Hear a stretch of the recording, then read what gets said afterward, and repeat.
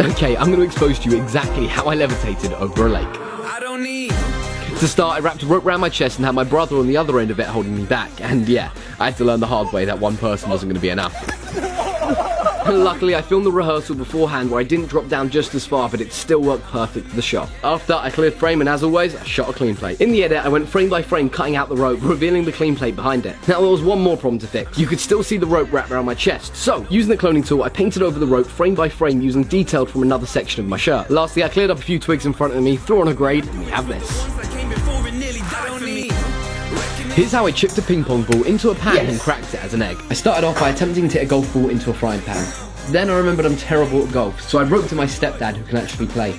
After he landed the shot, I stood in the same place as him, swung the club, and reacted as if I'd hit the ball. Then I took the first layer of my stepdad hitting the ball in and went frame by frame cutting out just the ball. I lined it up with a shot of me swinging at nothing, and just like that, I looked like a pro golfer. Now I need to make the egg splat in the pan, so I shot a layer of the egg landing in the pan exactly where the ball did. Then I simply cut around the egg as it smashed into the pan. Lastly, I lined up the egg splat just as the ball lands, and voila.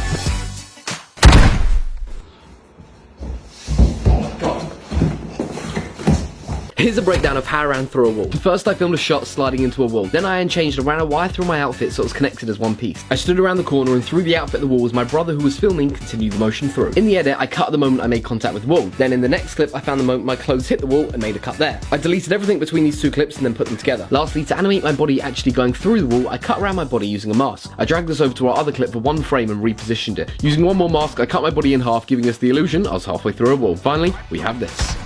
Here's a breakdown of how I jumped through a moving car and grabbed the camera from the window. First I filmed a shot majestically jumping in the air into nothing. Then I got my mum who was driving to simply drive past the camera. Next I filmed a shot where I was now inside the car and just before passing the camera leaned out the window as if I was trying to grab it. Lastly, I brought the camera in the car with me, leaned out the window, and as I was passing my stepdad who was filming, reacted as if I'd just snatched the camera from him. In the edit I went frame by frame masking around my body in the shadow as I ran towards the car. I lined the cutout of myself up with the car layer so as I jump my body looks like it's jumped through the car. I made a mask that cut around the wind mirror and halfway through my body as it made connection with the car. This gives us the illusion I've gone straight through the door. Next, I took the shot of my mum driving the car alone and masked out the windscreen. I tracked this layer on top of the main car shot where you can see me in the passenger seat. Now I was inside the car, I needed to make it look like I grabbed the camera. I cut our main shot at the point I felt my hand was in line with the camera. Then I cut in the next shot from inside the car at the point I passed my stepdad. All I had to do to make the cut seamless was duplicate my hand, freeze frame it, mask it out, and then animate its scale and position so it looks like my hand was directly reaching for the camera. And then when we put all of this together, we have this.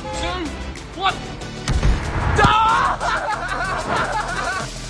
Here's a breakdown of how my fist broke off my arm and bounced across the table. First, I filmed the video lip-syncing the song, and on the beat where I knew my hand was going to disconnect, I moved my eye line along as if I was looking at a bouncing fist. Yes, my fist is still there at this point. Then, on the mark where my fist landed, I filmed another layer of my fist bouncing across the table. I spent a few hours going frame by frame, cutting out the hand and then placing it on top of the other layer.